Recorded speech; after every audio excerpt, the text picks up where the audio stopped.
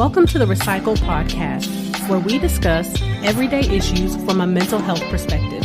We are your hosts, Dr. Rashonda Strickland, Dr. LaFanya Jones-Hines, and Dr. Nichelle Wall.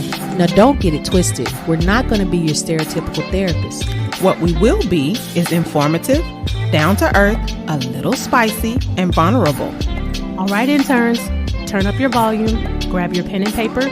It's supervision time. As a reminder, this podcast is not meant to take the place of a relationship with a licensed mental health professional.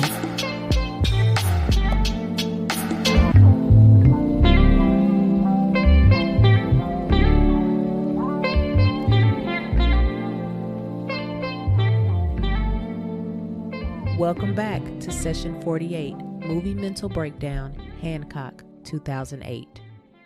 So this one probably won't take us as long, guys, because this movie is pretty straightforward. There's a lot of symbolism in this one, but it's not as emotionally deep as some of the other movies that we've broken down. This is a little bit more of a lighthearted one, but it keeps up with the theme that we've been talking about this month about relationships and kind of love and how those things come together and support systems. Yes, all of that.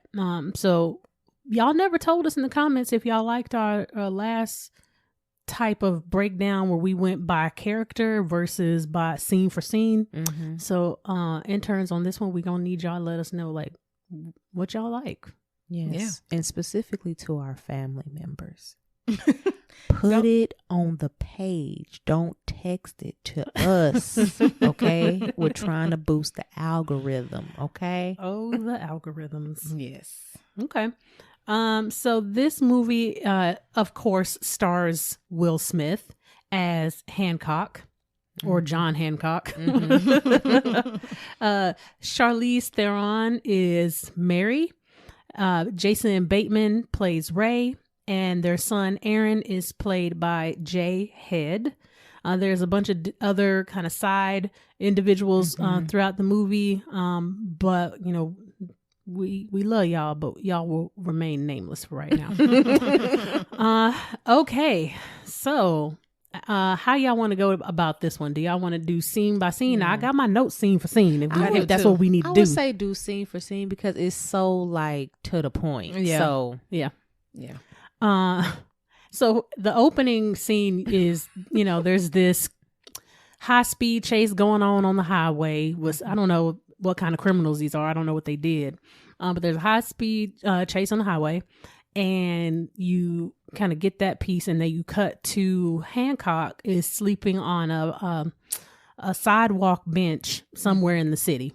And you know, this young boy comes over. There was a lot of cussing in this movie too, but this is his first for real cussing film. Yeah, because you know Will Smith is not straight laced. Yeah, but we like that about you. But you know, so he's laying on this bench, and this little boy comes to wake him up, and he's like, "Yo, like it's some stuff going on the highway, man. You might need to go ahead and get on that." And of course, you know, he like, "Leave me alone, boy." But you know, the little boy's like, "Oh, you're such a butthole." And an effing butthole is what he said. Yeah, all that. And that's Hancock's trigger word in case y'all don't know that and have never seen this movie. It is. So, you know, you get a taste of finding out that he obviously has an addiction problem to alcohol. Heavy. Yes. He got a case of liquor under his park bench. Or it's not a park bench, sidewalk bench. And big bottles. Yeah, that's what I was going to say. He had a pint of something. Big bottles. Taking him to the head. So he has an obvious alcohol problem, but who knows how his metabolism works and if he's even, like how much it actually takes for him to get drunk. Right. Who knows? But, you know, he kind of lazily gets up and he's like, oh, you know, whatever. And completely destroys the ground bench and everything. everything Yeah. on his takeoff. Yes. Did y'all see what was on the park bench though? Did y'all catch that? You always in the background. Cause you know I like to have that. If y'all go back and look at that scene, right behind his back it says "Your Dream." I said y'all better have placement. Look at that. Okay. So, you know, he just completely destroys this stuff. He starts flying and he is not flying. And, you know, when people think about superhero flying, you think about Superman. You think, you know, arm stretched out, you know, with the little arm at the side, and he just dun, dun, dun, No, this is straight DWF. Yeah, he's bumping into the birds. He being destructive with the signs to tell you where you got to go on the Bouncing highway. off of stuff. It was almost flew into a plane. The stereotypical functioning alcoholic. That's really what you're seeing on superhuman level. Yes. Yeah. I was like, how in the world? The destruction. This made me $9 million worth. I wrote that down. I was like, $9 million that of taxpayer money. So it made me think about, you know, side. We're gonna take a little side detour right here. It made me think about this meme that I saw going around on Instagram a few weeks ago, and I was telling my brother about it. But it was like it started on Twitter, and the memes were, what if superheroes were real? And how people would basically hate them if they were real. These memes were hilarious. So like one of them was like, y'all know the meme of the little boy that like drank the coffee and like, you know, had a little smirk on his face. And it was like me up in heaven looking at Thor use my car as a like it was like throwing my car somewhere. And then there was another one that was like me up in heaven looking at I can't remember if it was like Hulk using my apartment building as a as a hammer. It was hilarious. Like, did you see the one where there was like me explaining to my car insurance for the 5th time that I've been used to stop the world demise or something like that? I was like, oh my gosh, these are hilarious. But I was like, that would be so true. And that's exactly that. Those memes is what came to mind when I was looking at this particular section of the movie. And I was like, but that is so true. Like the sheer amount of destruction that he did, you know, between the buildings, the road signs, the actual highway itself, when he, you know, and even picking the car up and putting it on top. I'm like, why? If you was gonna pick that? Right, you done skewered it right like it's a kebab. He did.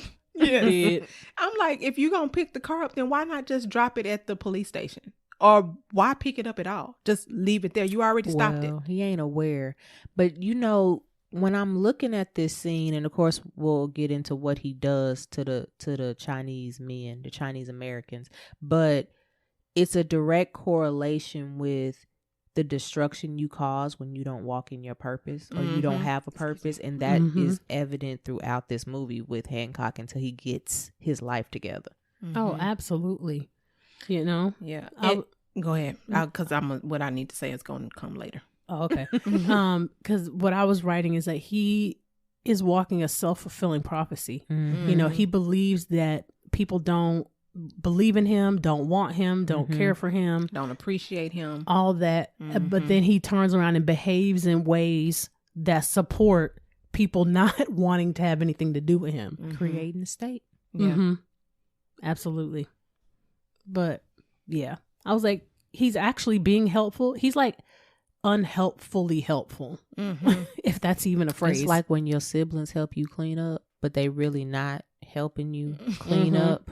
They really making it worse. Yes. That's what he doing. Yeah. So what were you saying? Or you It's going to come a little later. A bit later? Yeah. Okay. And then you were talking about what he does to the men? Just the fact that I like this movie because there's so much sarcastic banter. And he's trying to say, hey, I'm trying to give y'all an option. Oh. Y'all just pull over. We can have this situated. And I'm like, y'all know how Hancock is. Why are y'all acting like y'all gonna be able to beat and why y'all shooting and wasting y'all bullets? Then shot the man up, shot his bottle, shot his glasses, ain't now bullet.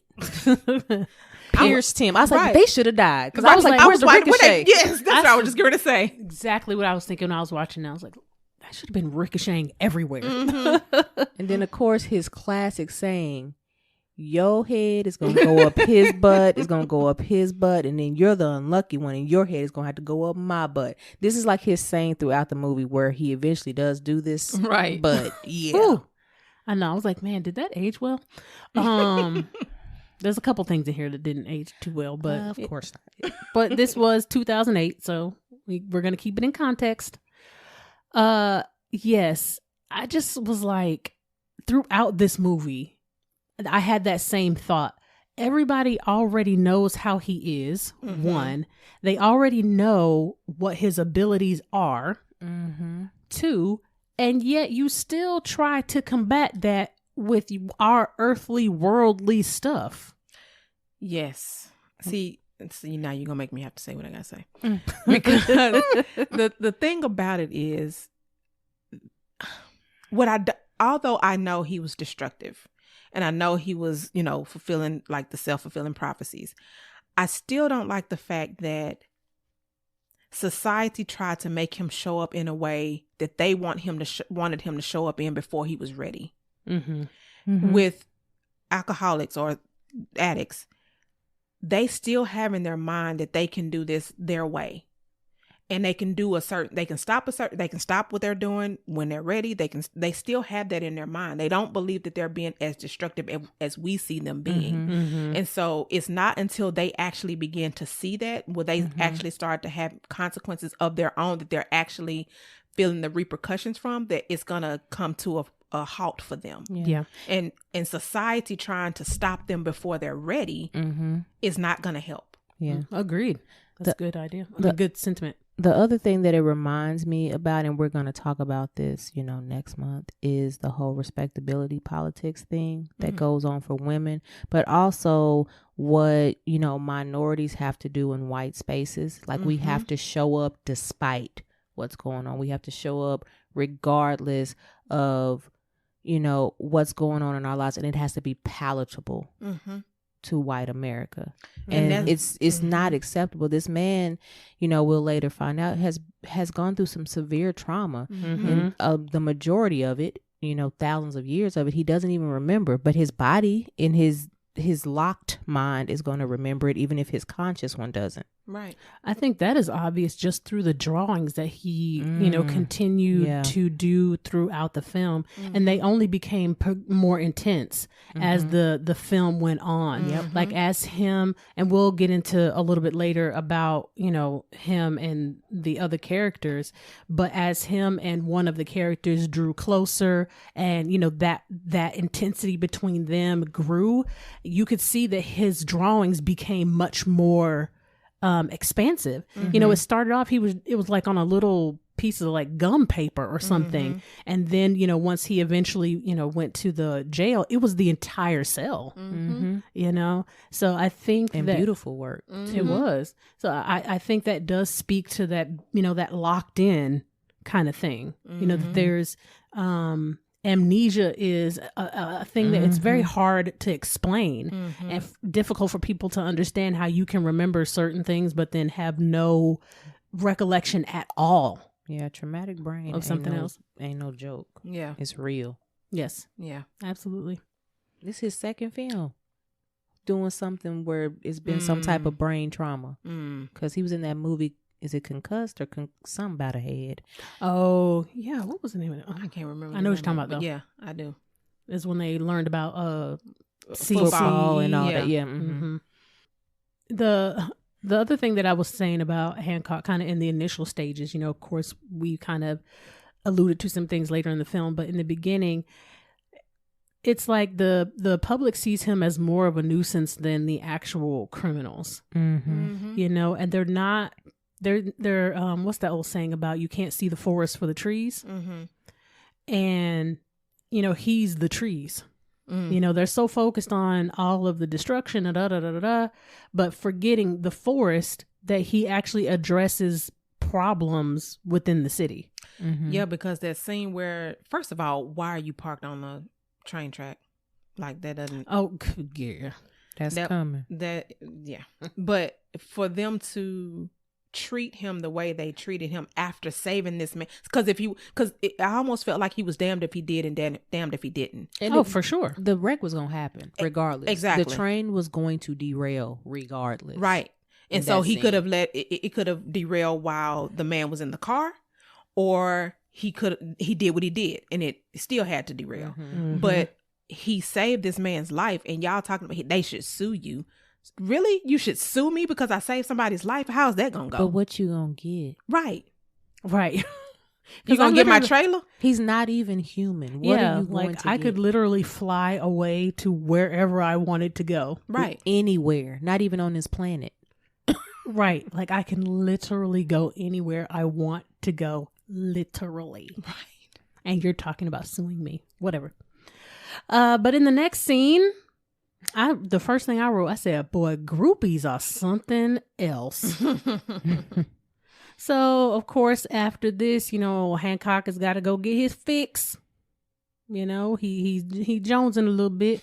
So he heads over to the dive bar to get him a little drink. And in walks a gaggle of young ladies. But all the while, there's this older woman sitting at the bar just giving him the serious side eye. Like several times. I was like, lady, chill. And I mean, although, I'm for the clap back. So I liked that he addressed her. I mean, now he could have done it differently, but I still stop looking at me. Yeah. Didn't he say, lady, I'll F you up or something like that? That's why I say I loved it. I'm for the clap back. Because it's always a Karen somewhere in your business. You better get your eyes up off of her. Okay, because I was like, man, she is staring hard. Right. I'm like, both of y'all in this same spot drunk. Right. So you've been drunk for 50 years. And so how you judging me and I'm judging you? Okay. Pure definition of pot calling the kettle black. But then walks in this gang of girls, and here she go, oh, I've been looking everywhere for you. I done went to this place and this place and this place, and I finally found you. Now, what I appreciated initially, he was like, girl, this ain't what you want. Back up off me, man. Like, leave me alone. Right. But of course, some people just don't know how to accept no. I would be afraid to be intimate with Hancock. Like, as the being that he is, I'd be done shot across the country. Like, just say it. Like, people don't take this kind of stuff into consideration. Has this been practiced? Did the FDA approve this? Like, I need to know I'm not human, but I am. So how does that work? Like, because I'm thinking like it's gonna be like a hole like straight through your like coming out the top of your head. Like that's kind of what I was thinking. Like, oh, it's gonna be like a bullet, right? Right. Or a missile coming straight through. I was gonna say it's gonna be like a bazooka. Them because it's like it's not just one. No. Shoot, and you think about the type of intimacy him and old girl, his mate had. We not on the same level. We don't have that same strength. Not at all. But she just had to get her a little taste. I said this reminded me of Twilight. Anybody that's seen Twilight when Edward and Bella. Don't do Bella like that. Do what's her name like that, but don't do Bella. You can tell we Twihards. We don't like her. Yes, but it reminded me when they finally got together and tow that bed. Tow all of it. I do remember that. Tow it all up. I was like, okay, Edward. I was team Jacob, but nah, Jacob was too soft for Bella. He was. But anyway, but not Renesmee. Okay, I digress. I'm sorry. We should do Twilight one day. I'm here for it. But I was like, okay, she can't take no for an answer. And I was like, the thing that made me sad is I'm like, she's hitting on every pain point he's got. This man is lonely. He wants someone to see him. And you're pretending, you're using your sibling's tragedy as a way to get in. To soften his ego. Or, soften his defenses. And then basically you used and abused this man and then dumped him. Yeah. I mean, this is a prime example why you should not interact romantically when you are not healed. Oh my God. Mm-hmm. What do you always say, Dr. Wall? Don't have a relationship or build a relationship from your scar. Mm-hmm. You got to do it from your, you got to do it from your scar, not your wound. Because your wound, that bad boy just be open, bleeding, and just green stuff coming out. All that. I need my scar. Okay.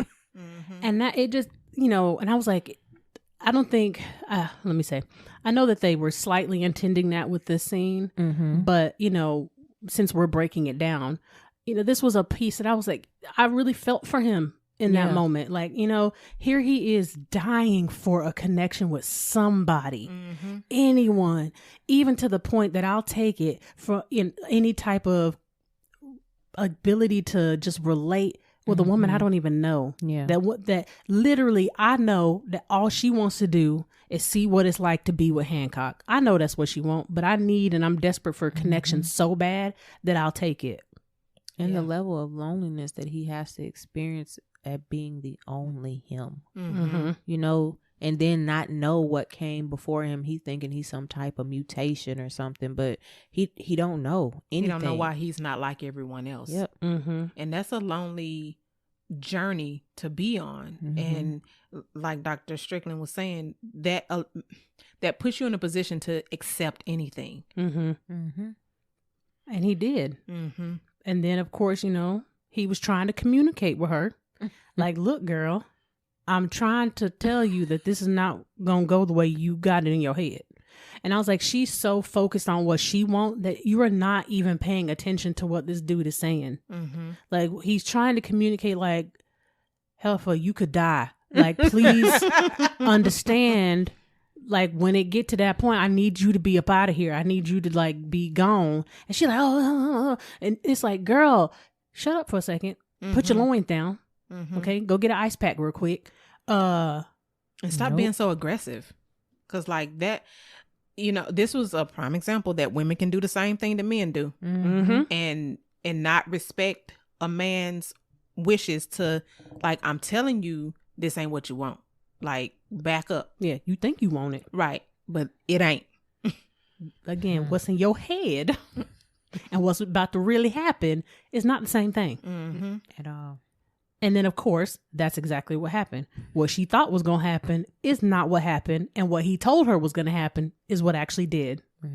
And then didn't have enough respect for him to even say anything. Yeah. You just got up and slinked off into the night. Not caring, no care, no concern on how emotionally that would affect this man, on what he's already been through. You already know. Again, this is not like he knew to where he's at. People already know how he's treated. So you already know these things. But yet you still chose to just be like, oh, shoot, hold on, let me get up out of here. Versus saying, okay, yeah, that was intense. Okay. You were right. I was wrong. Thank you for saving my life. But I'm gonna go. Versus being adult enough to do that. Yeah.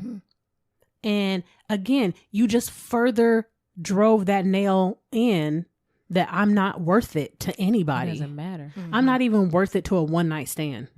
Because there was no real consent given. Yeah. I hate to break that to everybody.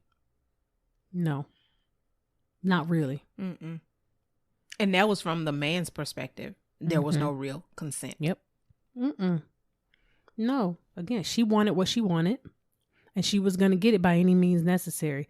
But again, he was trying to be communicative. His effectiveness at that, could have used some improvement. But at least he was making an attempt to let her know, like, hey, I need you to really hear what I'm saying. Like, this is what you've got. That storyline and that movie you got playing in here is not what this is.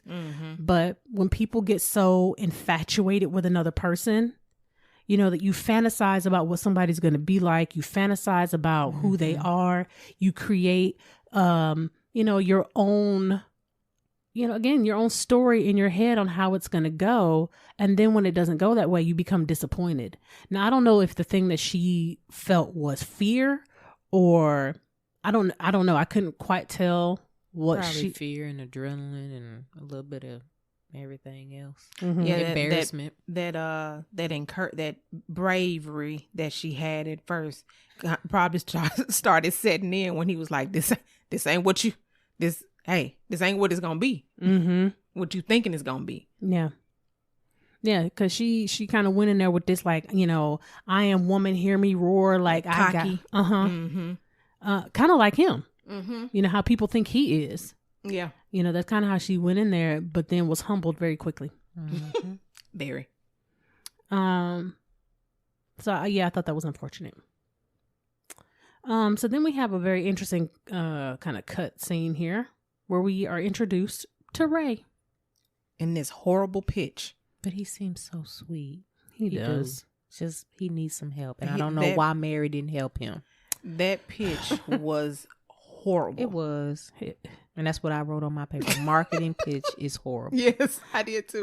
What I wrote is, I said, how in the world do you go into a corporate boardroom meeting where their whole goal is profits? Mhm. That is the only goal of a corporation. They don't care nothing about Charities. people and charities. Money. How much money can we make? And you saying give it away. And how Yeah. do you still have your job? Well, he is his job. You know what I mean? Like, he seems like he owns it. He runs it. He's an idealist. He's very much a dreamer, Mm-hmm. which those people are great, but you also need your busy bees, your Mhm. worker bees, and he didn't have none. No. And you should have thought about that before you branched out. Mm-hmm. Because I'm like, no executive is going to allow this. No, not yet None. anyway. Mm-mm. You're gonna have to have some cushion under your feet or something. Mhm. Like you can't just no. Because I'm like, even the most philanthropic corporations still use it for tax write-off purposes. Mm-hmm. Ask Pfizer, Moderna, and Johnson & Johnson how much money they done made. I don't even want to think about But it. I don't either. So even though everybody getting it for free, ask them how much money they done made. Mm-hmm. So I'm like, I think it was noble and hopeful, but probably a little ignorant. Yeah. This is an example of not knowing your audience. Yes. And a tad bit of toxic positivity. Ooh, A tad. yeah. Because your audience was your kids, your son's team. Mm-hmm. That was who your target participants were. Yeah, he was like, we already have did he call him an investor or a something sort of interested party? Uh-huh. And they're like, oh, great. He says a soccer. And they're like, oh, the MLB? No. Oh, MLS. I think that's soccer. No. He said, my son's soccer team. He said it's a local team. And they're like, oh, okay. The Dallas Stars? No, not a local team. I mean, it's local. Real local. Mm-hmm. Pee-wee. Exactly. Yes. And they like, get out of here. Get out. If they could have done the like Uncle Phil and Jazz, Uh-huh. like that's exactly what they would have done. Like, get out of here with this foolishness. Mm. So of course, his pitch does not go well. Of course, what could you expect? And he's feeling defeated, but still happy. Mm-hmm. Which I like that nod to the toxic positivity. Mm-hmm. Yes. Because I was like, you're defeated, but are you defeated enough To give up on that. right? But this next piece, I was like, I've actually seen people stop on train tracks before, and I never understand people that whether the train is active or not, you'd have no idea if that's an active train track or not. Why in the world would you stop on a train track. And everybody else was still too close. That's why I said it would have been a bad wreck regardless. It wouldn't have just been him that passed away. It would have been the lady behind him, the people and the one in front of him. Like I'm like, y'all are just not respecting these red handles, are y'all at all? No, I just was like, how does this happen? And then how did why didn't the rails come down? Like, you didn't hear the ding, ding, ding because people were blowing horns at you and you was still like... He was on the phone talking to his wife. But there was no ding, ding, ding, ding, dings. Well, they were there and the whistle was blowing. I heard the whistle, but I didn't hear the ding, dings. Either way, you don't see that. Right. I was like, either way, I don't care how much they try. You feel going over train tracks. They try to make some of them, feel like they kind of smooth with the road, but for the most part, you're going to hear that blah, blah, blah, when you drive over them things. I'm glad we got our own sound effects. Okay. Sir, you felt that. Yeah. And then proceeded to sit there. And then I was like, ready. As in, of course, movies go, all of a sudden, at this particular time, your door handle don't work. Right. I was like, of all day today, right now. And you can't get out of your seatbelt? I mean, he did make a nod to fix your door handle. That's not going to work today.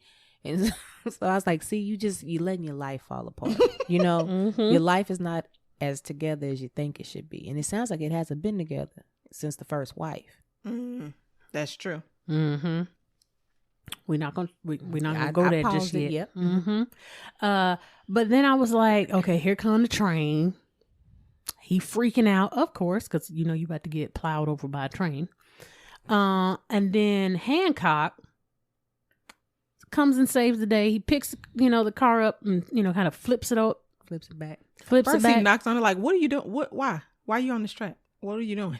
He couldn't even get out because he couldn't get his seatbelt undone. I know, like but he was just but stuck. Hancock knocked on the car. Was like on the hood of the car and was like, "What are you doing?" Because that's the natural reaction to why are you on a train track in right. your car? Yes. Didn't they teach you that in driving school? Like, that's one of the first things that you learned. Like, look both ways. It don't even make no sense. And don't stop on train tracks. So then he, picks the car up and tosses it like a Hot Wheel. And it lands on top of somebody else's car. Mm-hmm.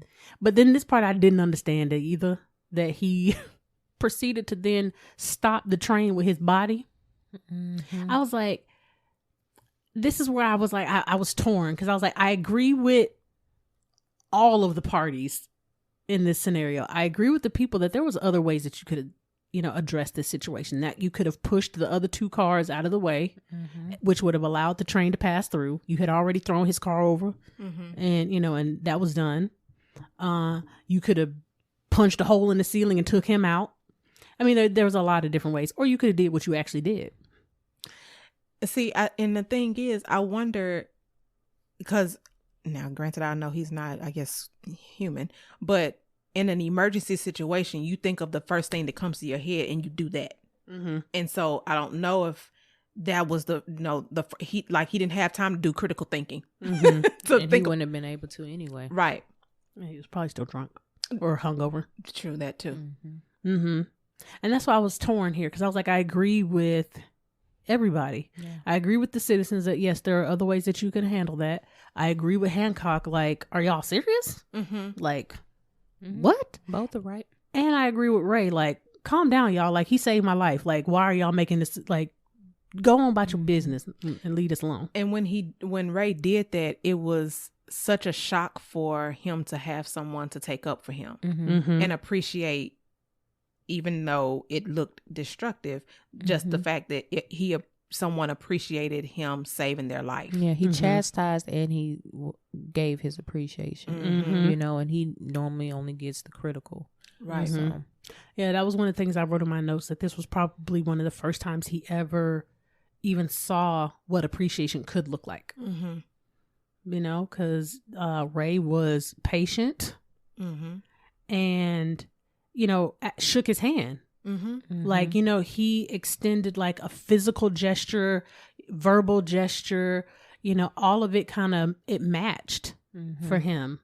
Can you imagine how long it's been since somebody touched him? Like in a gentle way. Yeah. And emotionally too. emotionally and physically. Yeah. Oof. That's a long time Yeah. to go without that. Mm-hmm.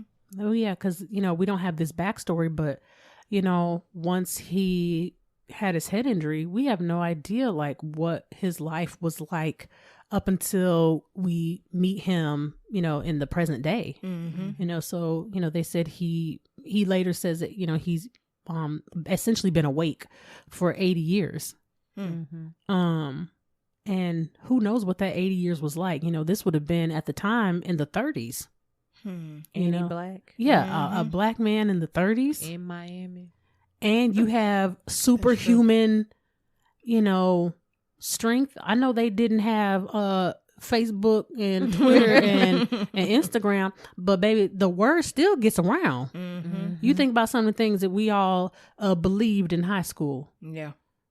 There's lots of things, urban legends and stuff so stuff has a way of making its way around well before the days of social media. So just to even think about who this mystery man would have been, how people may have hunted him, and tried to persecute or demonize, lynch. I mean, all kinds of things. I can't even imagine trying to lynch him.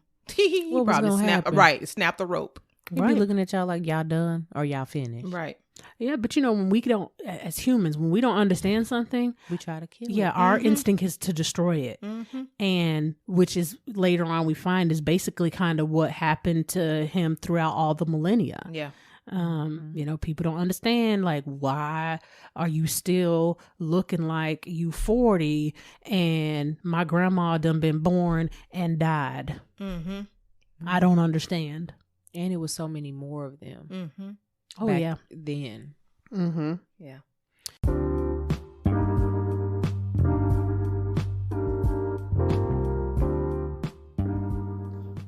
If you haven't heard about Anchor, it's the easiest way to make a podcast. Let me explain. It's free. There's certain tools that allow you to record and edit your podcast right from your phone or computer. Anchor will distribute your podcast for you so it can be heard on Spotify, Apple Podcasts, and many more. You can make money from your podcast with no minimum listenership. It's everything you need to make a podcast in one place. Download the free Anchor app or go to anchor.fm to get started. That's ANCHOR.FM.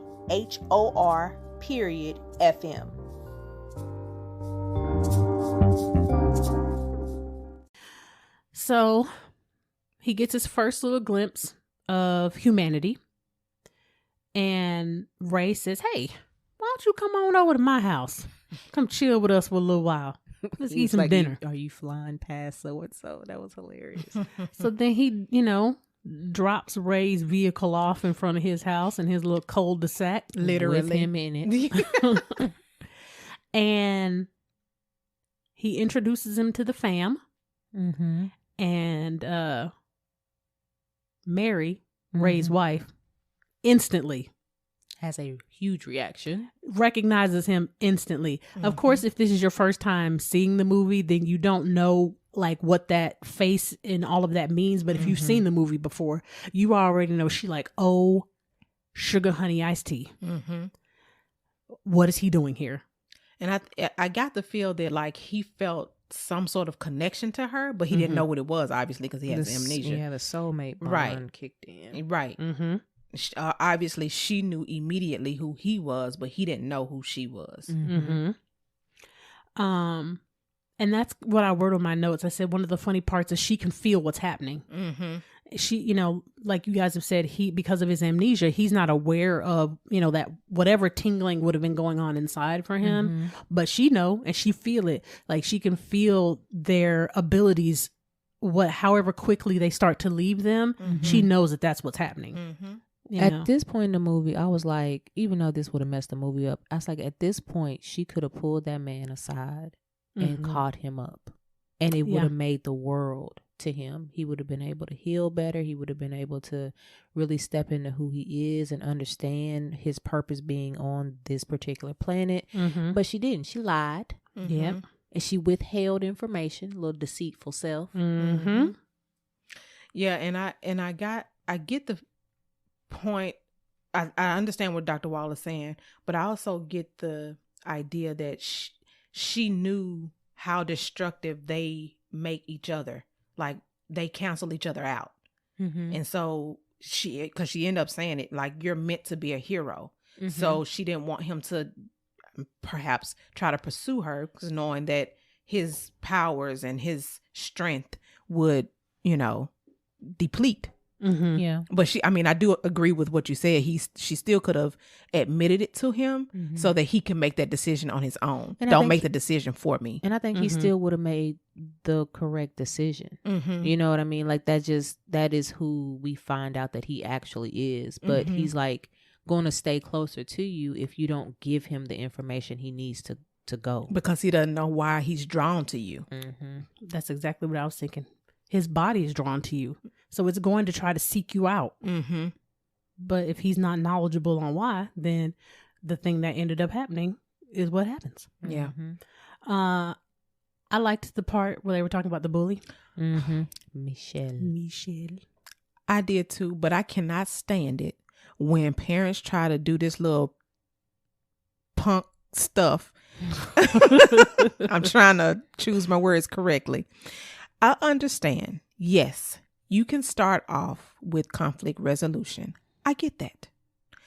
But you can't stay there, because what you're not going to do is keep trying to punk me. And it's not that situation at the end of the day. This dude, let me stop that.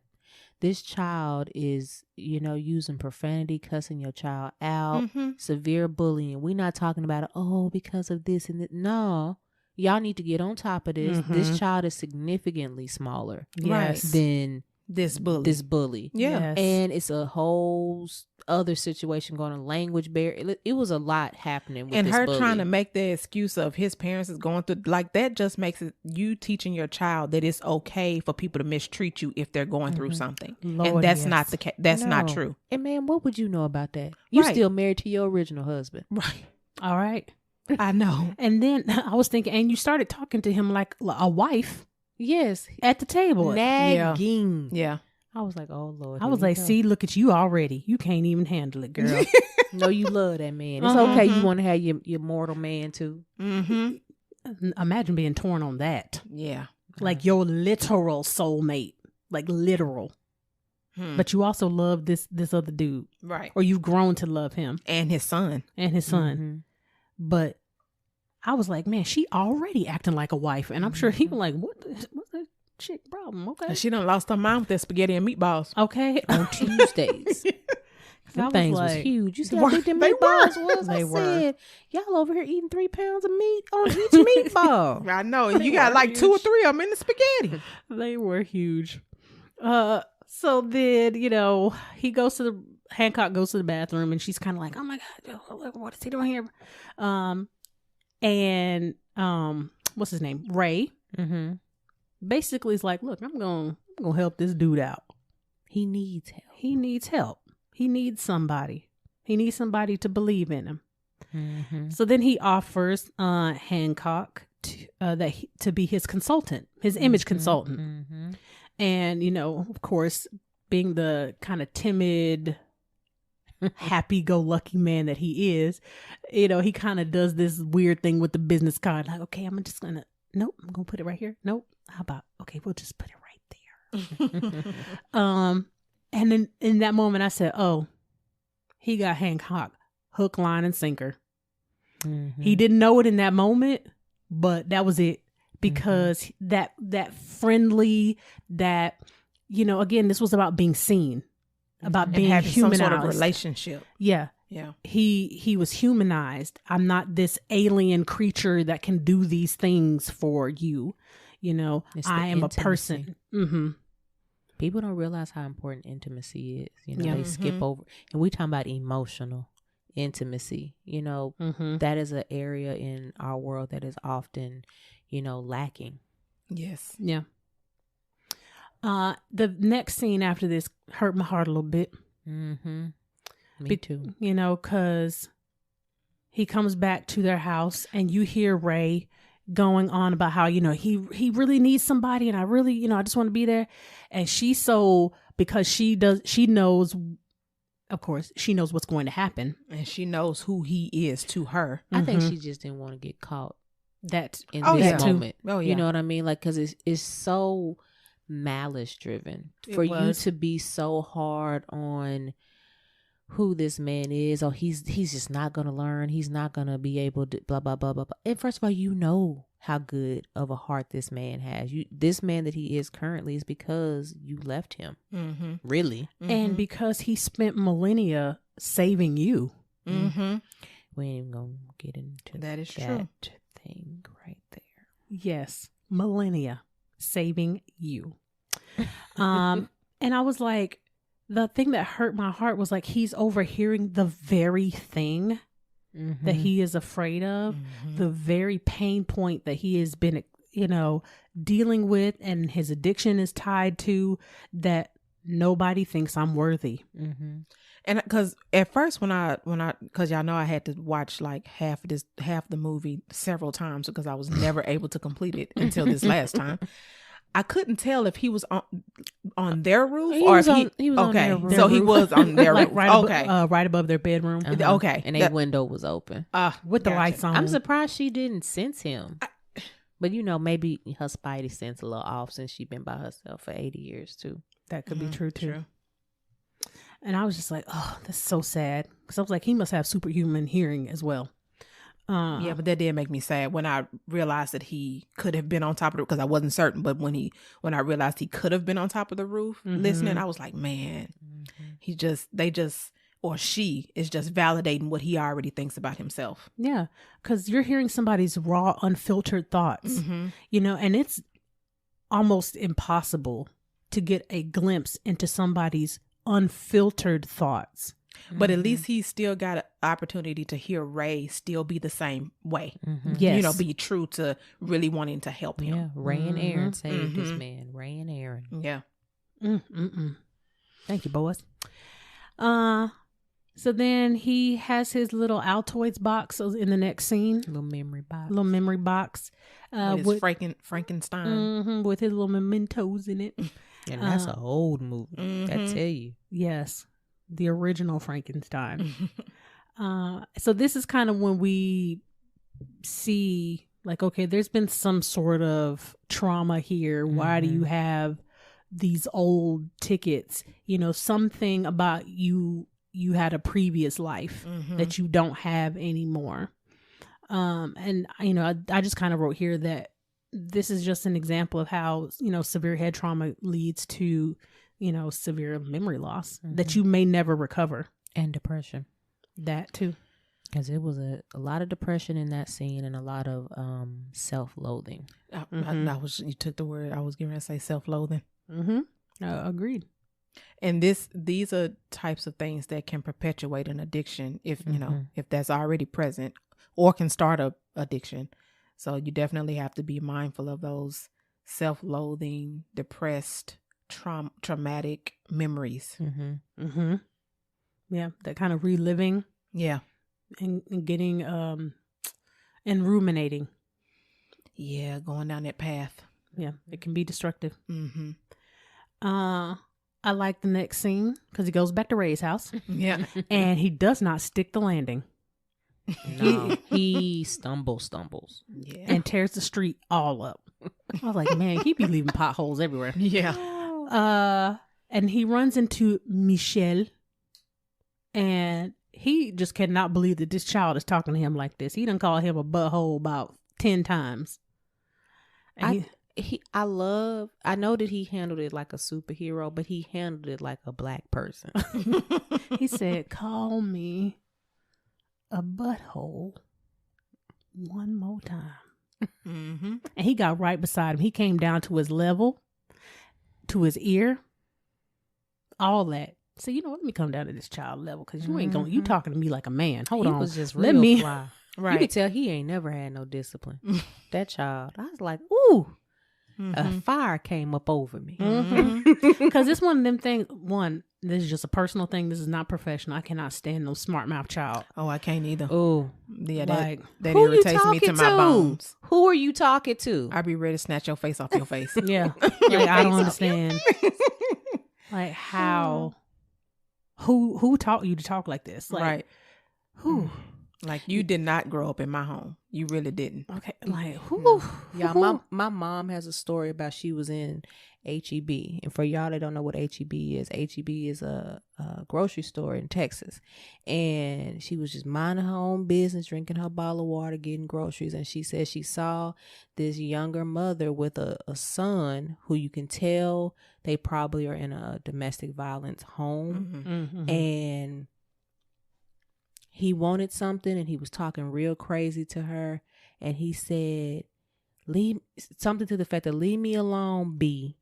Smacked his mama upside the face. And before my mama could catch herself, she had grabbed the baby and said, don't you ever, or something. Mm-hmm. And she said, this ain't my child. Put the baby back in. He's not a baby, obviously. He's older, but put the baby back in. And then the mom was just in tears and just left her full basket of groceries and ran out. Oh, I was like, what we not going to do is have a child running my house. Child, we would have been Siamese twins because his hands would have never left my face again. Oh, your hand is going to be stuck on my face. Said Siamese twin. You would never be able to leave my side again. Yeah, I don't understand That. Ooh, that hurts me. Mm-hmm. Yeah. But he did he handled it. Mm-hmm. He taught that boy, you're not gonna talk to me like that. Right. I'm just like, how high did he throw him? I know, because he was able to time it there- to when he was got to catch it and everything. He done went up there with Jesus. He done met Peter at the pearly gates. He had to been at least as high as airplanes go, because it took a minute for him to fall back down, and he could still breathe, so he wasn't too high. You know, That's what he I was didn't thinking. Like, pass out. how His in the hair was all froed up. I know. I was like, you threw that boy way up there, like in the no air atmosphere. Like, And How called did him, he didn't break- break no ribs or nothing. I know, just as gentle. And I love it. He's like, stop crying, punk butt. And that boy, yeah. Go ahead, run to your daddy. Tell that. Right. Come on, Martin. And then Ray with his positive self. Oh man, you can't handle it like that. Now what am I gonna tell his dad? We live in the same neighborhood. I was like, he's so And then he was like, you got to Mr. work. Rogers. He's like, you got to work on your landing. And Hancock is like, it was like that when I got here. Hancock, I live here. I know how the street is. Come on in. Yeah. Come on in. Yeah. I was like, he is such a Mr. Rogers. Or like, I don't know what his name was, but Will Ferrell in Elf. Like, just like, Mm-hmm. just The innocent kindness. Just Yeah. sickening. Like, sir, come on. Mm-hmm. You can't be real. But he was. And so they go in the house and, you know, Ray started showing him the clips of him on previously trying to rescue people, save things, and yeah. And tear up stuff And at the yeah. same time. He was all in on the fire. process. He said my buns was hot. They were, but sir, you get a flame retard suit or something. Like, you don't have to take your clothes into the fire. No. But Seems like He he's a did. little impulsive. he is. Now that is true. He is definitely impulsive. I mean, just think about how he wouldn't say that whale. Like, he literally picked up a whole whale and just like, you know, discused that thing. Well, he could have just picked it up and flew it to a deep part of the ocean. Mm-hmm. And he just said, shh. And That that poor scared whale the was whale. like, Scared the whale, done Knocked capsized down the the boat. boat. Like, come on now. I said, oh, them people dead. Yeah. They not just dead. They dead. Yeah. Like a whale landed on you. And you ain't even got like a ship. You have like a sailboat. A Yes. miniature one where you just sit on top of it. Yeah. So yeah, them people gone. I was like, man, I wonder how many people he's killed inadvertently. You know, flying into buildings, all kind of mess. Mm-hmm. Probably a lot. Which is why he was, what's her name? Nancy was saying that he was evading all those arrests and charges and all of that stuff. Her whack self. But, Mm-hmm. you know, Ray's point was, you know, you behave badly because you're lonely. You reject people before they can reject you. Mm-hmm. And we have to turn that narrative around. Mm-hmm. Yeah, I said he summed him up very well. He You did. know, like he pulled his card and he was like, I got you. I got your number. Mm-hmm. And I was like, oh, here come Mary again. You gonna turn on Nancy Grace thinking you about to make a point. Mm-hmm. That, he's this menace to society and blah, blah, blah, blah, blah, blah, blah. First of all, I was like, Nancy Grace, that's a blast from the past. But I was like, you're trying to make a point to Ray that he's this uncivilized, person that you don't need to be bothering and wasting your time on. And I'm like, you really thought that was going to help? So you obviously don't know your spouse as well as you think you do. But see, I also said too, this is another way where they dehumanize Black men and make them look like the villains instead of sometimes can be the heroes that they can be in their own way. He's untouchable. He's the anti-hero. I mean, that's the definition of him in this whole movie. He's the anti-hero. Right.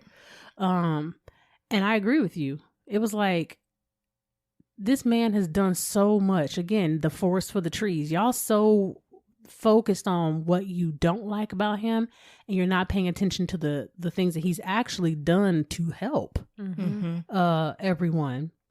And that's what I was saying. And Mary, you thought this was going to help. You don't know your husband like you think you do, because if anything, that just proved to him, oh yeah, we definitely got to turn this around for you. Right. And that's why Ray's idea was so ingenious. He was like, you're going to turn yourself in. You're going to sit in there for a little bit of time, and then they're going to start missing you. Crime is going to go up. They're going to need you. And worst case scenario, you just break out. Because literally, you can't hold him. Right. No. And I felt bad for Hancock during the press conference as he was kind of reading off his note cards. And I couldn't quite tell emotionally where he was, but when he looked back at Ray, there was something that he said in particular. And he looked back at Ray, and it almost seemed like there was like a pain on his face. Like, I have to, like, are you serious? Like, I have to admit to this stuff? It's further like exclusion from everything. People that go to jail unjustly, that's a very isolating thing. You're going to have a lot of people turn against you. It's very lonely. And then you're going to a place with the people that you put in there. Right. I think one of the things that stood out to me in his speech was that he talks about being the only and wanting to be a better version of himself. And he would something to the fact of he'll make them proud, or he's going to come back better or something like that. Yeah, I think for me, that message was like, when I saw him look at Ray, it was like, you're making me do something that I don't even understand. I understand why you're saying for me to do it, but why are you making me do it? And I'm doing it out of the goodness of my heart. People just see me as the person that is they see the destruction, not the saving. And like, you really want me to spend time in jail with the people that I put in here, and so that makes me feel like I'm no different than them. Because it's like for what? Like, what is the actual end goal with this? And what is my crime? Why am I even going to jail? Destruction of property. That's really what it is. Well, then put me on probation. And y'all seek me for it. Right. If you already know I'm destructive to property, but you keep calling me to come help, then you okay with me being destructive to property. Right. Because I'm a drunk. Yeah. The part of this whole jail scene that I liked was the fact that you can tell he's holding back. When they go to the visitation and he draws a circle. And was still on the receiver. Yeah. I was like, hang up the receiver. He's sitting up, doing this from a place of good faith. This is going to work because he doesn't have to be here. He can literally just go sit on the moon and be fine because he can breathe on the moon. So it doesn't really matter. But the things that Ray was saying to him is what ended up resonating so much with him. Him saying, stop pretending you do not care, and you will be miserable until you accept your calling and accept who you really are. And that's something that, as therapists, we see that in our clients every day. Yeah. They're living these fake lives, or they're living the life that they think other people want from them, and they are just miserable. But then doesn't that perpetuate, like, Ray wanted him to be something different? Now, granted, I'm not saying that his heart wasn't in the right place, but he wanted him to be something different. He wanted him to be himself. But he was in that moment. Well, I don't think he was anything in that moment because he was sitting in jail. Well, but not the jail, but just him being the passed out drunk on the bench. He was being himself. But I don't think, in my mind, I don't think that was him being himself. That was him being protective. But that's still being himself. We'll agree to disagree. Mm-hmm. I don't know. I just think that he was misunderstood and misunderstood himself. You know, I don't think that he had a clear idea of anything, direction, desire. I think all he knew is he just wanted to be a part of, and whatever I need to do to get there. If this is what you're saying is gonna work, then okay. Let's. What else could I try? I done tried. Who knows what he's tried over the last 80 years. So let me just, there's one more thing. I'm not going to age. So, I mean, what harm can it do? I can always fly out. Right. I can always fly out.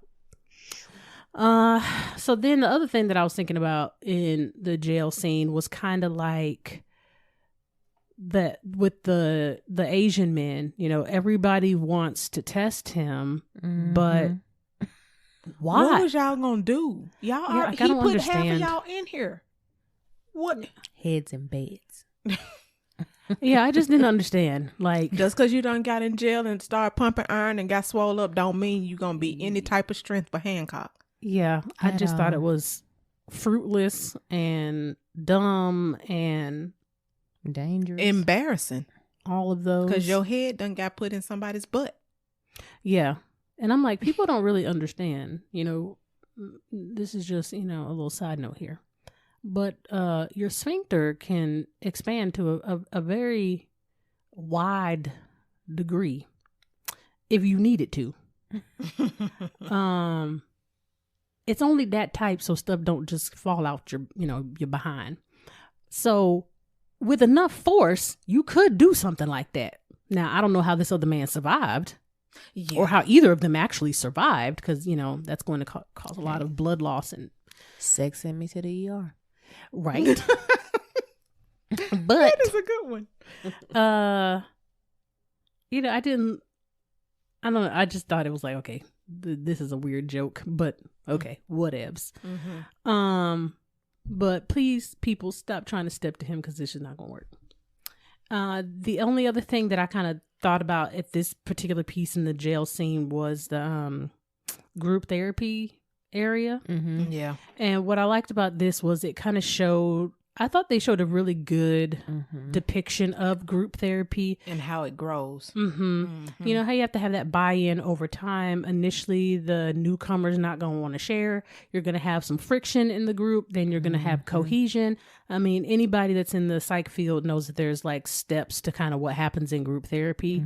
And as much as they could, I thought they had a pretty good depiction of what that would look like, especially for Hancock, like initially, like, you know, pass. Yeah, I'm not going to share nothing with y'all. Like, the world is hippy-dippy feely stuff that y'all got going on. Yeah. You know, because he wasn't ready. Yeah. Yeah. You know, you got to be in a headspace, one, to acknowledge your own pain. That's one. And then two, once you can acknowledge it, to be able to express it to somebody else. And then he's been through so many millennials of pain. Like, where do I start? That, absolutely. Yeah. This is the beginning of the whole montage of him, his arc starting to shift, and him doing some self-acceptance work. Check that session out if y'all forgot. It's also him owning the stuff that he has done that he could have probably done differently, but also realizing that people do actually need and want him, because as we hear over the radio, it goes from people being happy he's gone to like, hey, no, we need this Joker to come on out, because I think they said the crime had went up with like 20-something% or something like that. Yeah. In a week. Wow.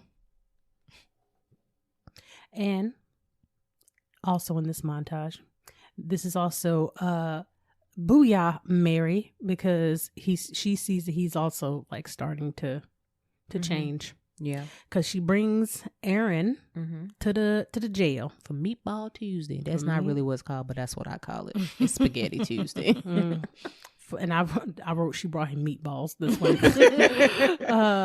And she was basically coming up there to set him straight about don't hurt Ray, because Ray is really putting a lot of faith into Hancock. So while she is kind of scheming in other ways, I did appreciate that she was having Ray's back and like, look, don't have him out here looking stupid. This man is putting a lot of faith in you. He has a high hopes for you. So please don't let him down. And little Aaron with his little pure heart. I know. He was so cute. Gave me a little dinosaur.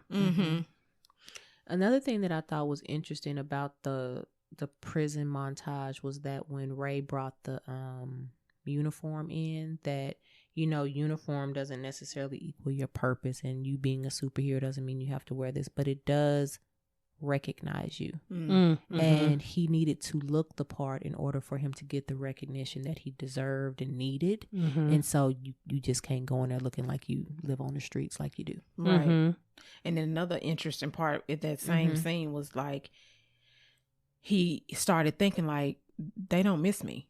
That was definitely one of those ruminations and self-fulfilling prophecies and being detached, that he didn't realize that people were missing him. And almost to the point when he shot the basketball, he thought he had that thought like, man, I could just fly up out of here. Or at least it looked like he did. Yeah, because he had been making them all that time, and then his mood is getting progressively worse as he's not listening to the radio. We listening to the radio. He ain't. And then he bricks, and it, because he's a superhero, he done shot from far away, so it goes all the way outside the what is that, the fence. And he's like, should I leave? Should I stay? Brandy song. And so he decides to go ahead and just jump on over there, get the ball, hop on back, and then that's kind of when he has taken charge of his life, and now he's going to start doing things. Now it ain't going to be no 180, because when he went to group the next time, they said, you want to share? He said, my name is Hancock and I drink and stuff. So he tried. That's the point. Did. Yeah. He did. I wrote something in there. I said, look at that group cohesion. Because the other dude was like, every time I try to talk and I bring something up, here you go, trying to put me down. I was like, oh, look at that group cohesion. Yeah. Fix theyself. They did. And then when he said that, everybody was like, they did the AA thing, but like, okay, yeah, good. Yeah. All right, man. Thank you for clapping it up. Right. Thank you for sharing, man. And they encouraged him verbally. You can tell he's a words of affirmation dude. And he was like, okay. He looking around like, this is weird, I did a good but job. I like it. Okay. Yeah. So then, and the good job. Okay. That's coming up though. Yes. Yeah. Because Ray did tell him, like, you got to tell people they did a good job. He was like, good. Say it with me. Good job. Good. Yeah. But I did like his Hancock's point. Like, if they doing a good job, then why do they need me to be there? Because people have their parts to play. And people have feelings. Yes. You don't want to make them feel the way they make you feel, do you? So exactly. Of course, now they need him because it's some sugar honey iced tea going down at the bank, and so he commences to shave his face with his fingernails. Okay, so that was real. Okay. You should see the googly eyes that I wrote in my notes. I was like, how you shave your face with your fingernail? But don't forget, this is also when we see his huge mural he's done. Oh, and you see the wings and him walking with a small version Phoenix of almost. Yes. Even though it's a falcon eagle thing that comes up, but I took it as a phoenix. That's kind of me too. So I was like, okay, so he cleaned himself up to fit what Ray was saying. So it's like, even though he was kind of like hemming and hawing about it, he did hear what Ray had to say. Like, if you're going to revamp and we're revitalizing your image, you have to look the part too. Yeah. And this is a classic way of like implementing therapeutic tools that you're being taught, because even when you don't want to. Yes. Interns that come to this office, do you hear us? Yeah, Because I he agree. landed that he stuck his landing. Like he didn't mess up the he didn't mess up the gravel. And I wonder if that also has something to do with him being sober too. Yes. Mm-hmm. And I do like the fact Yeah. that the black man was the black chief was looking at him like, what do you have on? Let me give you this information. Go. Yeah. Good job. And he was like, okay, whatever. And I was like, why they got the Superman music playing? Why all that? They just went all out for this. I said, but he didn't break no building. Yep. You know, Not any worse than it already was. yeah. Say the little police officer that was wounded and down that had just lost her husband. He's talking about do I have permission to touch your body? Not in a sexual way. You're a beautiful woman, but not like that. She was like, help me, Right. ninja. I was like, I love the consent though. Yeah. That now, yes. Because he big on consent because he didn't Yes. get that earlier. Yes. I was like, oh, I love the consent. And then I was like, as he was saving her, after he saved her, and he's kind of walking a little bit later, and they're like, I need you to get in there. And he's walking, and he's like shaking his head. Good job. I was like, you got bullets coming. And I was like, Good job. I like that the chief or whoever he was like letting him know, like, hey, they got some sort of different type of armor. I don't know if your body is suited for that, but like they got a different Show type of concern. Yes. Mm-hmm. And it's ironic that it's black man and black. Uh-huh. There you go. Look at you picking up on that salty. And it showed a healthy relationship between black people and the police. It did. I did not pick up on that one, That's but yes. not the norm. I did not So either. I do appreciate the fact that the writer / producer Will Smith put that in there. Yeah, I Yes. did not pick up on that, but that was a good find. Yeah. When he gets inside the bank, I said, boy, monologues hurt villains all the time. When are they ever gonna learn? Don't monologue. Yeah, side note, my favorite monologue is from The Incredibles when he was talking all that mess and then his cape got him and he got sucked into the thing. That's my Lord. favorite one. I was like, this little short man, come on now. I think my favorite monologue is from Deep Blue Sea. That too. When Samuel Yes. L. Jackson is standing there and then that shark just come out of nowhere and just be like, yo! And just drag Because him it's so him anyway. You just Yeah. was not expecting that. Yeah. I was like, oh, he did die. And I hope I'm not gonna go there. So, this bank robber got this monologue going on, and Hancock is like, look, man, well, first he like swoops in and grabs his homeboys, and I don't know It what was he real did. X-manish. Yeah, I don't know what he did with him. He took him somewhere. And I was like, look at Michelle 2.0. That's exactly what I thought when I saw the last dude with the hand he detonator. cut out. I said, oh, that's just Michelle. The older version. Because he called him a bunghole too. And he was like, oh, let me take this lampshade off of here and go ahead and sharpen this up real quick with my fingernails that I also shaved my face with. That he ain't even paying attention to the Michelle 2.0. I was like, you don't see What he's this doing? man. You know he a little sociopathic. Just a little bit.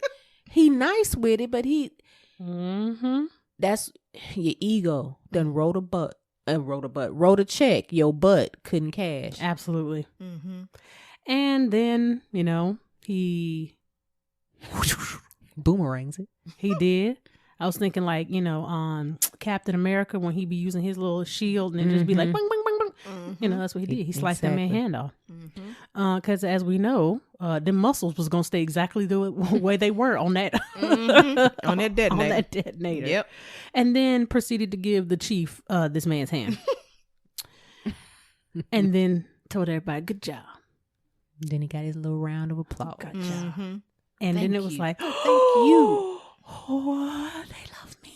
And see what one of the things that I didn't understand was, okay, y'all are giving him praise now, which is fine, but even in a slight way, he still had to be destructive because he flew through the windows, and he still messed some stuff up. Now, He granted, got permission to tear it there up. you go, And he chopped somebody's hand off. exactly. Like, who had tons of C4 strapped to other people. Mm-hmm. This is a prime example. I'm just going to say this. How stuff like this can happen.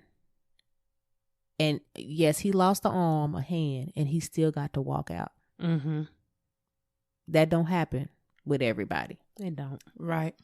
Yeah. You had a whole bank full of explosive. Mm-hmm. We agree. Yep.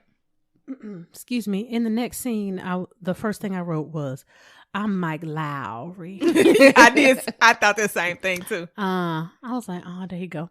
And he's as fine as Mike Lowry. He is. Jesus. He wasn't as fine as in this movie, but yes, as Mike Lowry though. Yeah. Anyway, But then I was like, okay, so since he did this act of kindness as he usually does, he don't have to go back to jail. No, because he got out of it. That was the whole thing. He was like, So it had been the eight weeks or whatever. He only stayed in for 2 weeks. Oh, And so I thought they extended it. just Okay. wiped his slate clean because he was reformed, mm-hmm. allegedly. In 2 weeks. Uh-huh. Dos. And I was, as he was walking in, I said, "That smile is horrendous." He's like, I'm like, you don't know how to smile? Yeah, I know. Yeah. But he hasn't. I mean, but just think, when was the last time he was actually joyous? Mm-hmm. That's true. It reminded me of Shrek. Mhm. Yes. Mm-hmm. Yeah. Yeah. Because I was thinking he's just not used to a group of people showing him love. Little paparazzis and everything. And he was sober. And so he actually got to experience the emotion of joy or even happy. Mm-hmm. Absolutely. Then at the dinner, we get a little meet cute story of Mary and Ray. And he says, an angel sees me. And I was like, Literally. Yes. Well, look at that. And because I was like, she's actually an angel or some entity of sort, because she said they've called us many things. Yeah. She said gods, angels, and now superheroes. So what they actually are, They don't even know. Right. Because they're the last, not the first. So Yeah. but we got the little meet cute story on how, he had lost his first wife and he was in the baby aisle and didn't know what to do, and she saw him and came in and swooped and saved the day.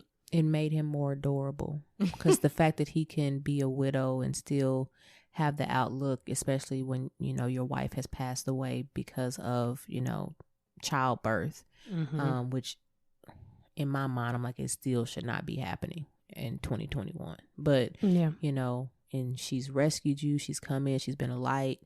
It helped you see more into he's taking the situations that he's in and he's choosing his response instead of being reactionary. Yeah, I would agree. So then we hear Hancock's story, a little bit of his backstory, and you how can see the guilt all on her face, baby. A little teardrop. That's what I was like. Ooh, I said she felt that, all of that in that moment. The guilt, the pain, and even the love that she really had for him. Yeah. Because you wouldn't be reacting like that if you didn't still have something for this man. Yeah. Now what that something is, I don't know if it is like in love type thing, but there was something there for him. Some sort of strong care. Because that was all pain. Yeah. Yeah. The part that got me, and it took me back to when Will Smith was on The Fresh Prince of Bel-Air and he was doing his the dad scene. Yes. And I was like, oh, you're not going to do this to me. Yes, I can't. You're Hancock. You're not Will. You're Hancock. I still can't watch that episode It's without hard. crying. It's especially hard for me having, daddy issues. And I was like, oh, man. But he said, what kind of bastard must I be in order for no one to claim me? I think that was the thing that got her. Yeah. I think that was when she I think when he said that, like, she realized, like, oh my God, what did I really do? I left him. And because the thing is, you left him after he was trying to save you and protect y'all. And I said that I'm sorry was genuine. Yeah. And at the end of the day, we got to remember back in the 30s, it wasn't appropriate for a black man to be dating a white woman, even though we know these are not humans. The people looking at them don't know that. Right. Yeah, because all they see is two other people. I actually forgot about it. It was me in the 30s. Yeah, because I'm like, yeah, they were always, somebody was always coming after them. So it makes me wonder, like, had that ever been acceptable? Right. Because, and if they were coming after them because it was an interracial relationship. And that probably had been going on for a minute. Yeah, they didn't hit on that, but But it now makes you kind of be like, well, why? Why would they? Because like, why would it? Who knew? Like, did people know y'all were immortal? Like, what was going on? That they were coming after y'all all the time. Because she said they called us gods, angels, now superheroes. So I'm like, how far? Well, she said 3,000 years. Yeah, they've been alive Them two for have a been minute. them two have been alive for 3,000. But no telling. I mean, The they ones parents before came, them. yeah. Right. Oh wow, Yeah. that's Which made me think, like, why haven't they had kids? You know, at least be together long enough for her to get pregnant and then him move away so she can still have a baby and all that kind of stuff. But it just got me to thinking. Yeah. Oh yeah, you can go down a rabbit hole with all that. Yeah. So then they leave the restaurant and he's putting Ray to bed and he tells him some Dodger dog story. But I was like, I get where he's going. You know, people don't think that they're going to like you, but once they, you know, get a taste of you, You're a really cool dude. yeah, they realize, oh, it's not too bad. I like Dodger dogs. And my husband will tell you this, that I love bowling alley cheeseburgers. It's the same kind of thing. When you hear that, you think that is disgusting. Why would you ever eat such filth? First of all, the way she's saying this, I was like, do we have a new sponsor? I was like, what is happening? Well, I was thinking Dodger dogs, you know, and it's something that you don't think you're going to like until you have one. They're all tasty. All these things are tasty. Just like bowling alley cheeseburgers. But I appreciate that even in his drunkenness, he was still himself. Yes, Ray can't hold his liquor, y'all. And he doesn't break character. Yeah. You know, he is like, that is him. Because they say the truth comes out when you drunk. Who you really are is that's what people see. So like, you really are just rainbows and sunshine. Yep. Yeah. Like, wow. Bless his heart. Yeah. How to wake up like that. Unicorn sneezes. And then here come Mary down in the kitchen. And she just mad now. Like, she like, oh, I know I want him. She fighting herself. Like, oh, Jesus. She projecting. Why are you doing this to me? And he like, what is this thing? I'm getting closer to your face because I'm about to kiss you. But before that, she was like, what's wrong with your hand? Because she didn't realize that it was the thing between them was happening as quickly as it was happening. Because his hand was completely bruised and that's not what should be happening. Right. But that touch turned into something else. Right. Okay. And I was like, She knocked that whole him out with the refrigerator. I said the disrespect. The disrespect. I just was like, how was that your reaction? Right. After this man literally not even hours ago just told you, I have no recollection at all. But you just mad. Like, I have zero recollection. And then you turn around and throw this man out the side of the house? This is an example of her reaction don't match the stimulus. Right. Okay. Right. That's bringing a 10 to a 2. Yeah. And I was like, how was that your reaction? That was so over the top. And do you know how you would have, how you towed this man's mind up? Like, wait. Is another one? Yeah, like, wait.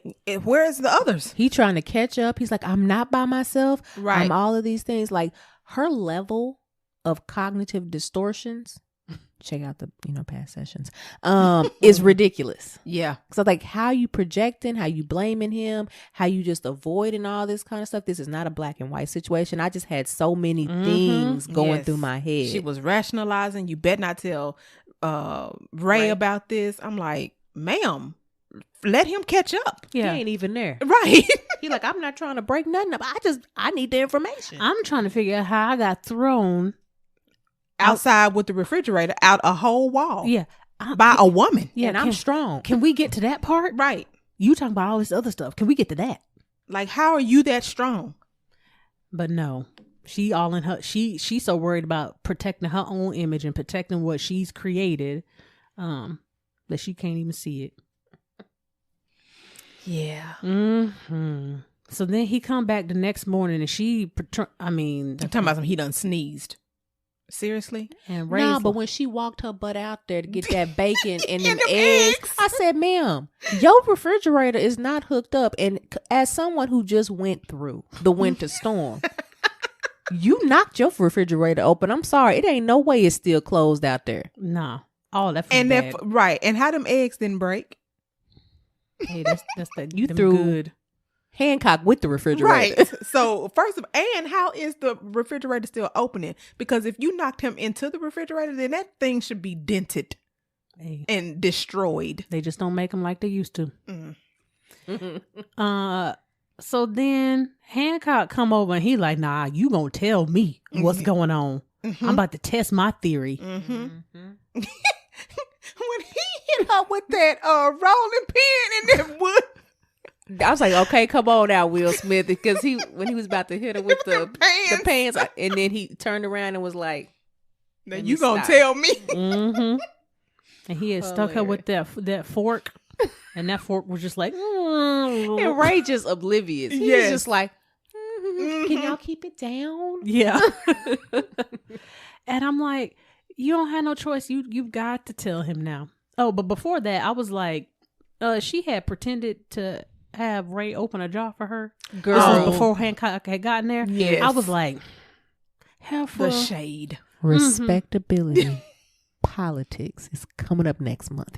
because I was like, ma'am, you could open that so hard, like that thing would fly to Jupiter. Right. Like, and you like, can you open this? Mm-hmm. Which is hilarious. Because I'm like, I've never had to ask nobody until I went through chemo and I don't have like control over my hands, my dexterity, or feel as well.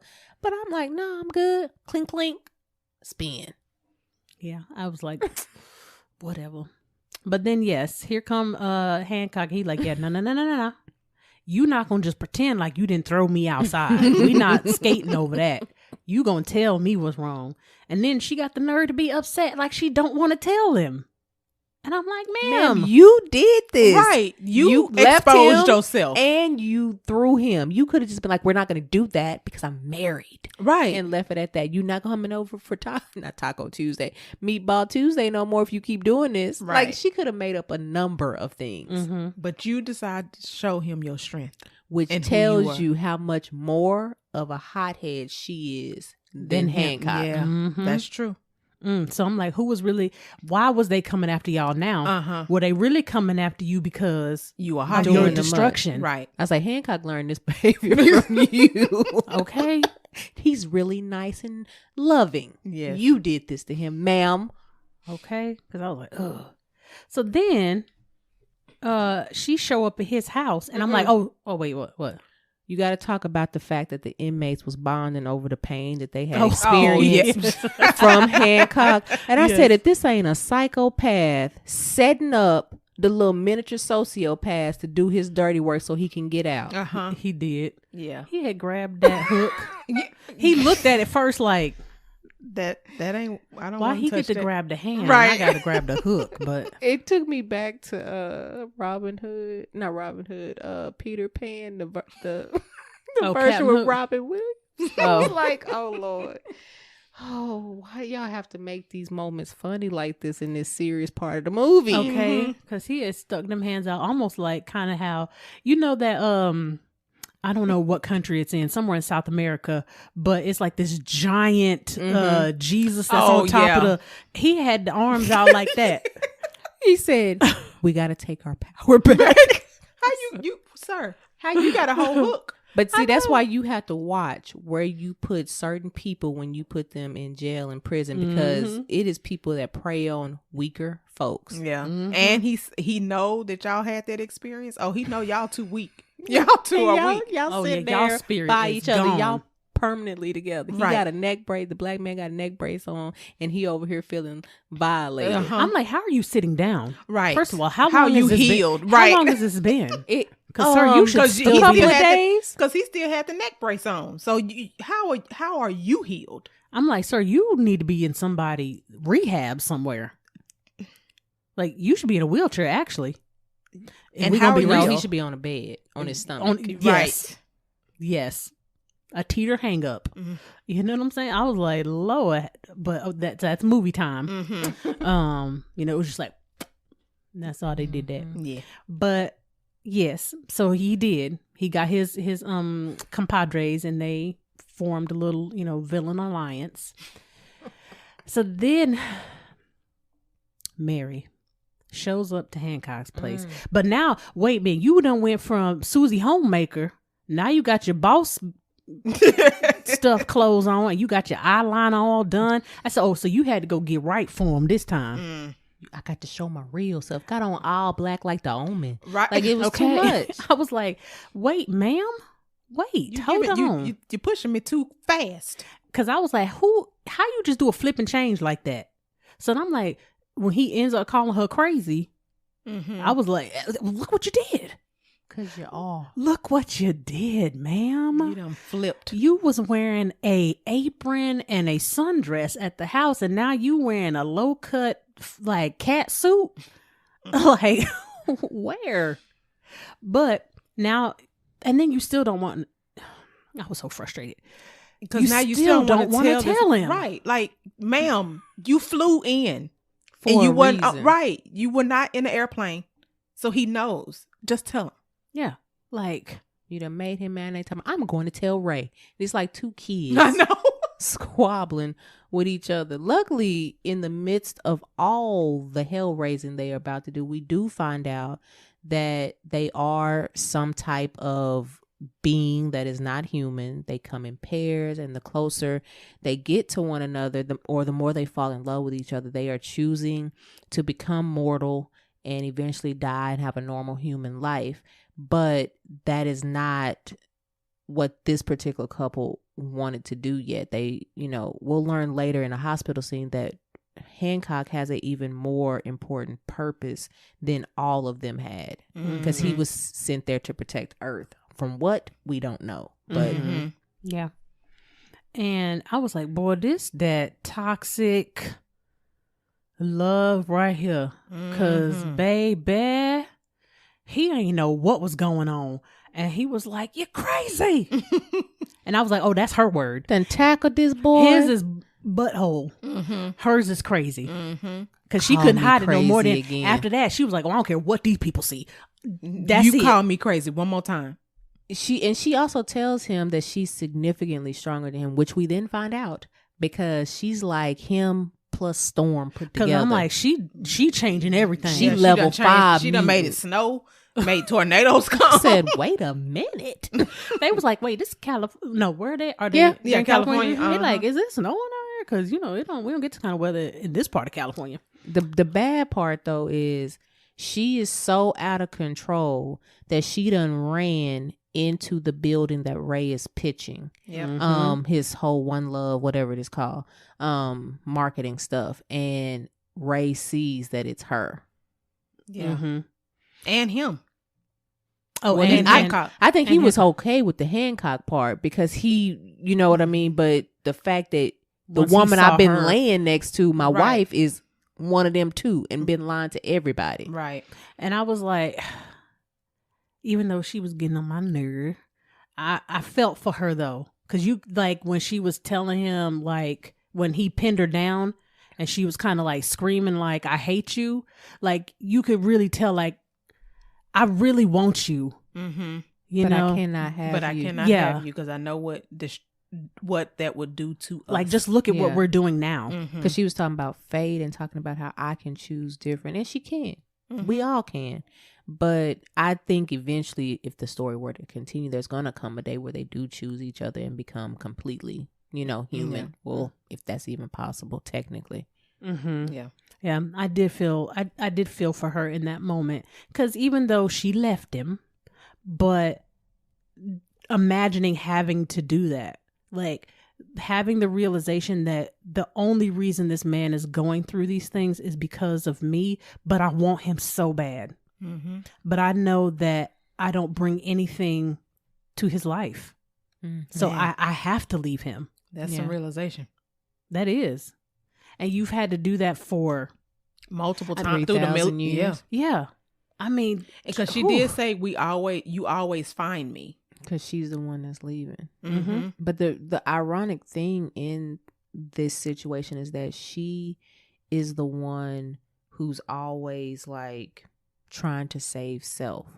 Yeah, in a way she saves him too, but she's saving self. Mm-hmm. You know, that's her not telling the full story, her running away from him, her abandoning. It's just like at some point, ma'am, you got to be real. Maybe y'all say we gonna meet up once 100 years or something like that at a certain location, but figure it out. Yeah, because your concept of time is, it doesn't, like, you can't even fathom what that would be. Like, anybody that's ever watched the originals, you know, Niklaus. Yes. Okay. Love him. That is Bay. But like, if you ever watched the originals, for those that don't know, these are essentially the original vampire. They're hybrids. Yeah, they're hybrids technically, but they are like the original ones, and they've been alive for since the Vikings. Yeah, so 1,000 years or so. I think so. And it's like they would say the same kind of thing, like, hey, we'll just go to sleep and we'll sleep for about 100, 200 years. When Niklaus would stake them. And well, I was trying not to go all deep into it like that. But yes, when they would, you know, they have this thing anyway. But they would go to sleep for 100 years, 200 years. But to them, it was like the blink of an eye. A couple of days. Yeah. You know, they don't even realize that much time has passed. So if you could imagine being alive for 3,000, 10,000, 50,000 years, your concept of time is so, like, it doesn't even matter. You know, a day for you is like a second, you know, to the average person, you know. So they could have very well been like, okay, so we gon', you know, like you said, every 100 years, every 500 years, let's do our thing, let's spend a couple days together or a week or whatnot, and then we got to go do our thing. Not and we even can be on the still same continent. Yeah, but they could have made it work. But they chose otherwise. Or she chose otherwise. Yes. That part. Good catch. Now, the bad part about this scene is, and we learn this later, is that during this time they've been in close contact with each other. This whole scene, they done tow up another $9 million probably, because they tow up let me rephrase that. She tow up Los Angeles. Oh yeah. And luckily he's not getting framed for it or blamed or Right. for it or anything. It's this mysterious villain woman. But Or tornado.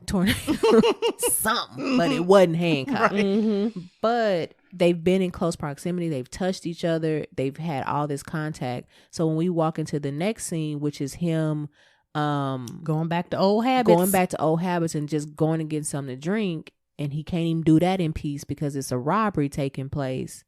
He gets shot. And he don't have his bulletproof skin anymore because now his immunity has lessened because they've been around each other too long. Mm-hmm. And then this is when when he goes to the hospital, now she finally explains to him what's happening to him. Yeah. Before that, you know what cracked me up too? When Ray came home, so you can fly. Nothing else. Yeah. He's such a pure.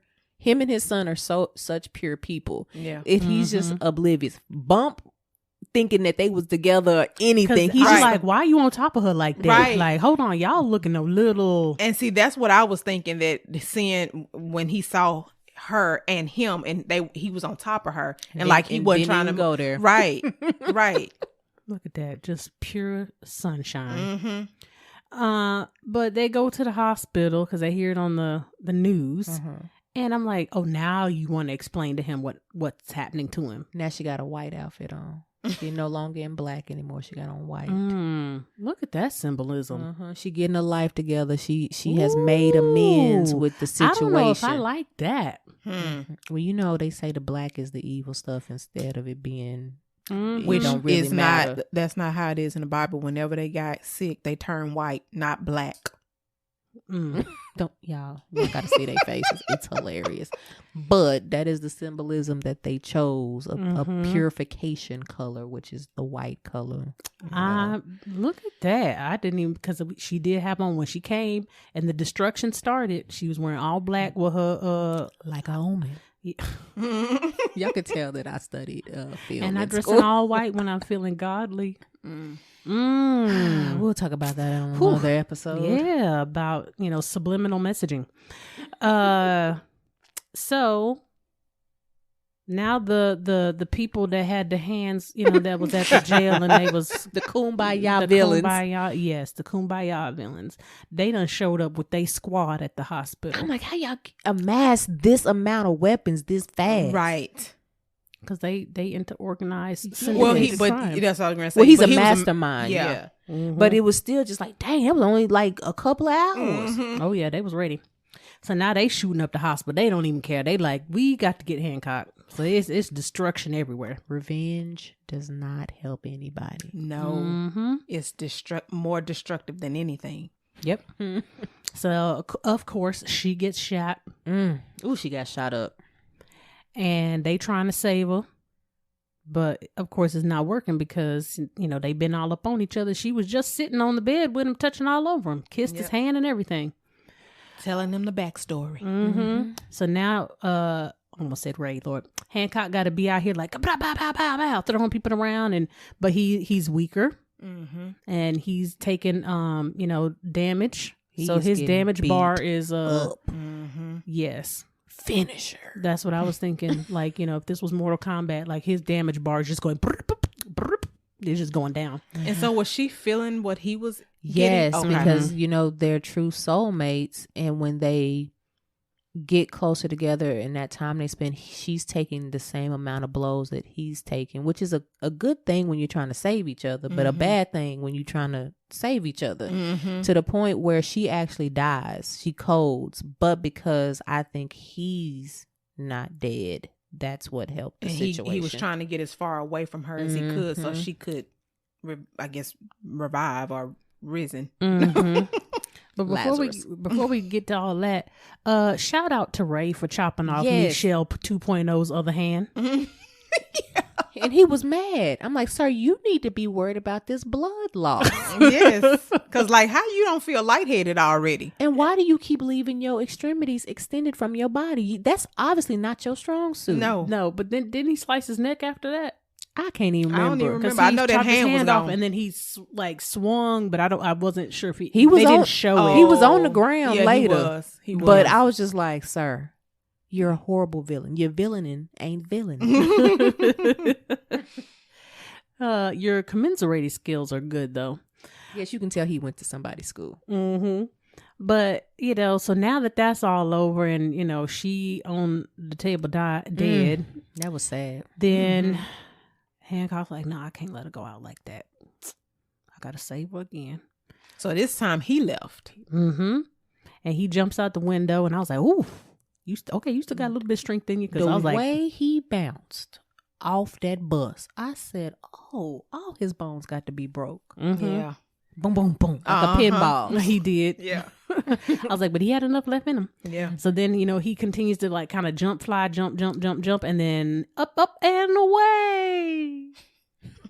He was gone. And then here she go, doo-doo, doo-doo, doo-doo. And she opened her eyes, and she is, I'm assuming at that point she's going to start healing. Yeah, at she that point. knew that he had sacrificed himself. Again. Well, this time he actually walked away sacrificially versus Her trying to leaving him. save her the same way. They actually worked together for once. Yeah. That worked about a lot better. Yeah. Yeah. So then, of course, this is like basically the end of the movie at this point. Hancock, it looks like he's in New York. And I'm assuming they're still in California.